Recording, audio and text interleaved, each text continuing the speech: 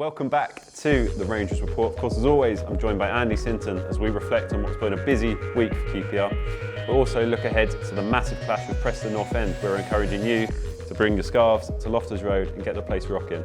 This is the Rangers Report, brought to you in association with RFI.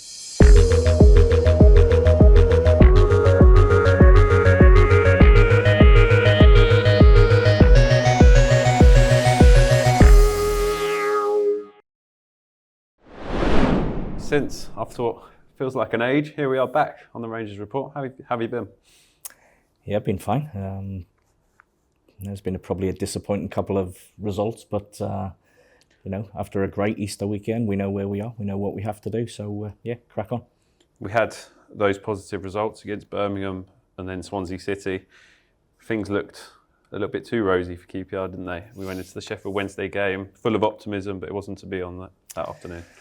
Well, after a terrific Easter weekend, with those two wins, 6 points, a lot of people were saying possibly job might be done. But if you listen to certainly Marty and what he was saying leading up to it, I think I said it when I was speaking with Paul, we still had work to do. So you go into the Sheffield Wednesday game with a right mindset, but we just had one of those games where, let's face it, we didn't perform, or we underperformed. Didn't play anywhere near like we have been in recent weeks to get the results that have put us in a really good position. Sheffield Wednesday themselves fighting for their lives. The game itself, was nothing in the first half, nothing really happened. The second half, they get the first goal. Quite fortuitous the way it goes in when we try and clear it and it just ricochets off the guy and goes in. I think we'll be a bit disappointed how we got to that situation. Then we huff and we puff. Lucas has a great chance, hits the bar. And as we're pushing very late into the game, we get caught on the break and 2-0. So everyone connected to the club, players, coaching staff, us, fans, go away disappointed. But that's what football can do to you sometimes. Sorry to sort of jump back, but before the game, you were part of the Tiger Feet walk that made the journey here at Heston to Loftus Road. It's always a great occasion, and as we stand, over £15,000 have been raised as well. Amazing. Once again, thank everyone for taking part, and everyone who supports such a brilliant cause, everyone who participates in the walk. It's such a great day in the calendar for the Community Trust and us as a club. I think it shows us in a brilliant light. Cause, as I've said, is absolutely fantastic. I loved to be part of it, and it went really, really well. How are your feet after it? You know what, they were surprisingly okay. My knee was a bit sore the next day, but I think I'm probably expect that, to be honest. But no, it was absolutely brilliant. But as I say, keep pushing, keep raising, and as I say, it's such a great cause. Of course, the fundraising page is still open, so if you want to donate to our Tiger Cubs and our only Down syndrome team, then feel free, and all your support will be greatly appreciated. After that, since a trip on Tuesday night, the long trip down to the southwest, Plymouth and Home Park. What was your take after that? Well, I thought, like any team, when you've lost your last game, you're looking for a response. I thought Marty got that from the boys. I thought they put in a good performance, a performance that should have won the game. If you look at it, I thought we were really, really dominant in the way that we played and the way we approached it. We created chances. Unfortunately, didn't take them. Fieldy gets us in front. With 16, 17 minutes to go, and you're just looking to see the game out, or not just see the game out, go on and extend. And I thought our dominance would have done that, but we didn't deal with a set play and got punished. And been in the game a long time. That's what football can do. If you don't take your chances, sometimes it can come back to bite you on the backside, and that's what it did that night. So I think everyone with QPR connected with QPR. We left for the long journey home, disappointed, knowing that we had probably left 2 points there. But I said it before, I'll say it again, it's football. You just have to move on. We say it's football, the momentum and how important that can be in football. We then also saw on Friday night, we saw Leicester being beaten at Home Park to Plymouth, and that's the importance of that confidence and momentum that they had from that goal. Football is such a strange game, certainly this time of the season. You look at all the divisions, you get strange results. You look at the Premier League, two of the top teams have just been beating themselves at home at the weekend.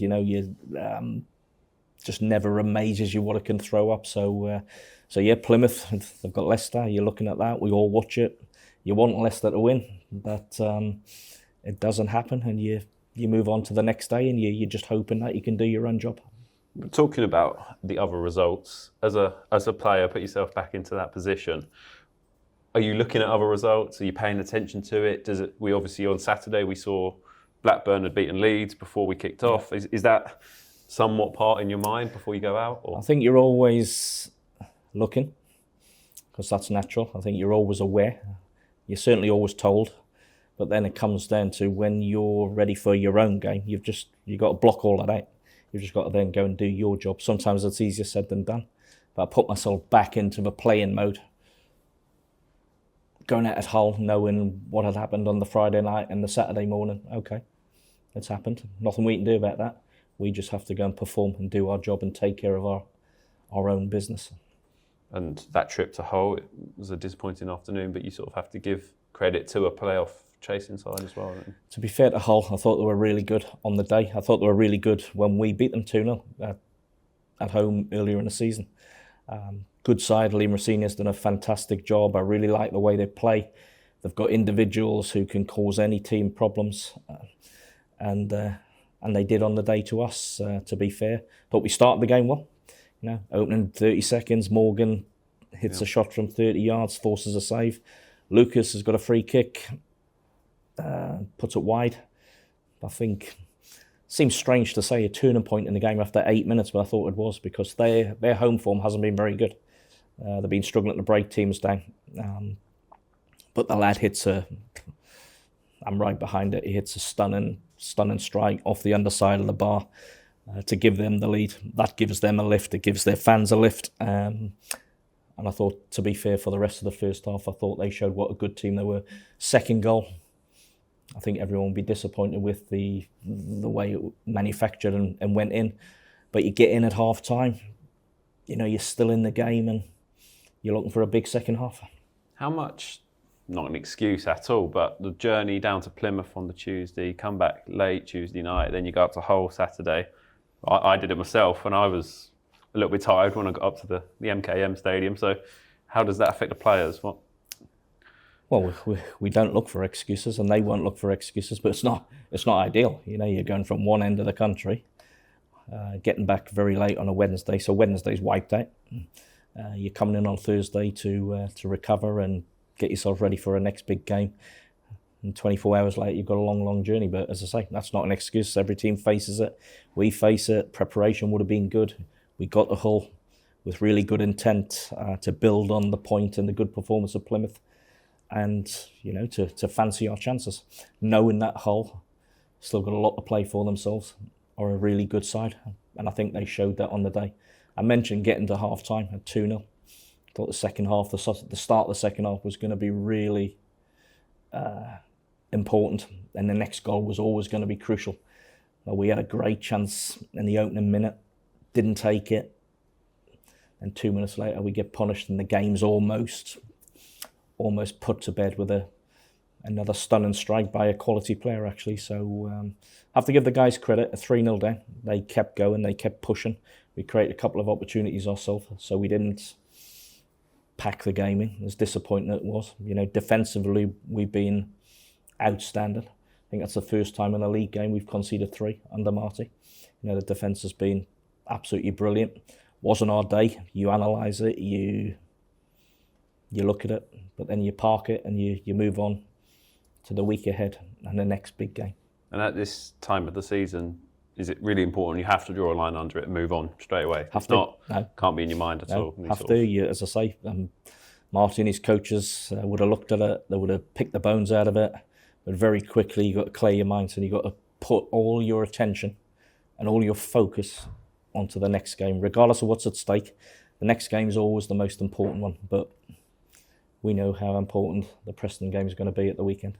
Before we look ahead to Preston, we obviously, as we mentioned, other results, they're starting to shape the table in a way that you want it to, you don't want it to, whatever way you're looking at it. But we saw Bristol City scoring late on, equalising against Huddersfield, and that meant that the gap was 3 points rather than 2 points.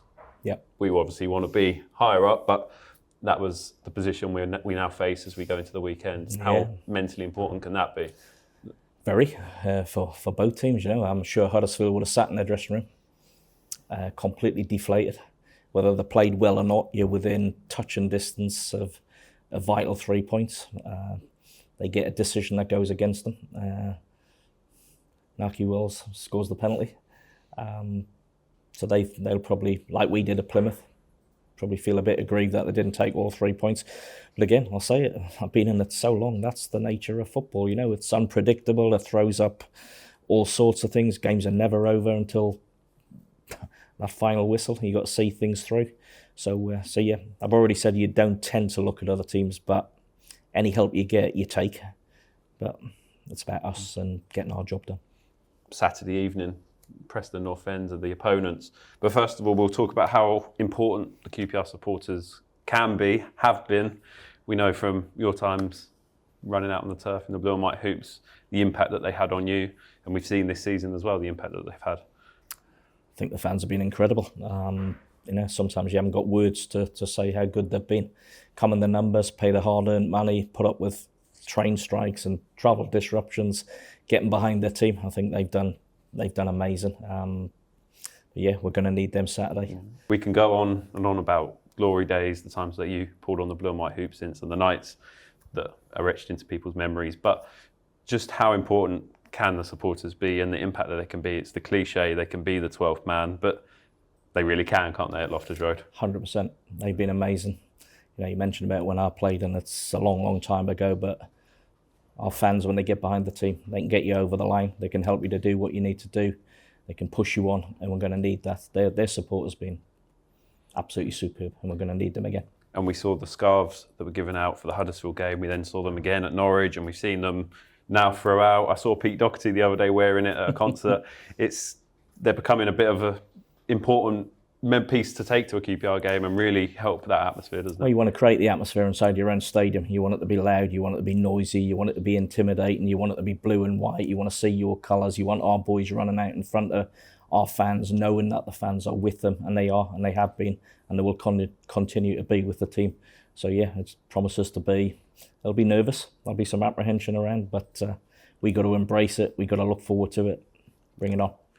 That's my cue to remind everyone to bring your scarves to Loftus Road on Saturday. Let's get this place rocking.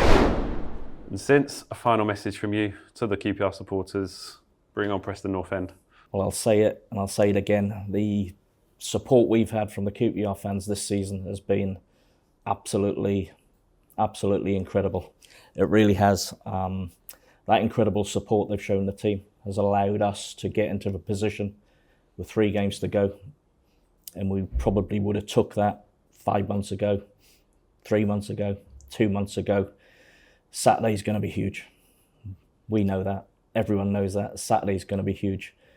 But I'm going to urge every QPR fan that's coming to the game to wear your club colours, to wear your shirt, to wear your scarf, to wear your hat, to get behind the team, to roar us on as you can, you have done, and you will do. Get behind the team, push us on from that first whistle to the last. The team needs you more than they've ever needed you, certainly this season and in seasons gone by. So the fans, you can and you will make a difference, and together we can do what we need to do. See you Saturday. Come on, you guys.